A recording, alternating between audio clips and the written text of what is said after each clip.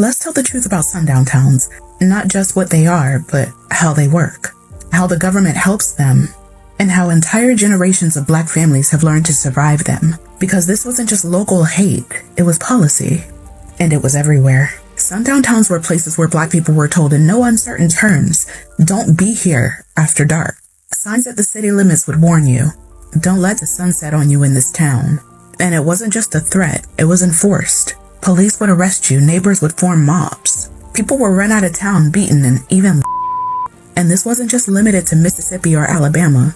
We're talking Illinois, Indiana, California, Oregon. Hundreds, likely thousands of these towns all across America. Places that made being Black after sunset a in itself. But here's what they don't teach you. This wasn't just angry white neighbors putting up signs. It wasn't just local mobs. The federal government helped to build and maintain these all-white spaces. During the 1930s and 40s, the Homeowners Loan Corporation, they made maps that graded neighborhoods. If Black people lived there, they colored it red, called it hazardous, no loans, no investments. That's redlining. And it locked people in, made sure that Black families couldn't buy homes or build wealth. But they didn't stop there, of course. The Federal Housing Administration required racial covenants in new suburban developments. They demanded that the developers guarantee that those homes would only be sold to white buyers if they wanted those cheap, federally insured loans. It wasn't a suggestion, it was policy. Taxpayer money literally underwriting segregation. White families got the homes, the loans, the equity. Black families got shut out. And if they tried to move in, they because sundown towns didn't just say don't live here. They said don't even pass through. And this is where the Green Book comes in.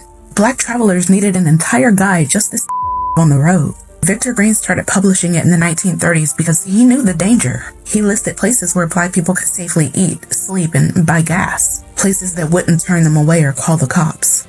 Or worse, because entire counties could be sundown. A Black family driving across country couldn't assume that they'd be safe anywhere after dark. They planned routes around hate. They planned around survival. That wasn't ancient history. Our parents and grandparents lived that.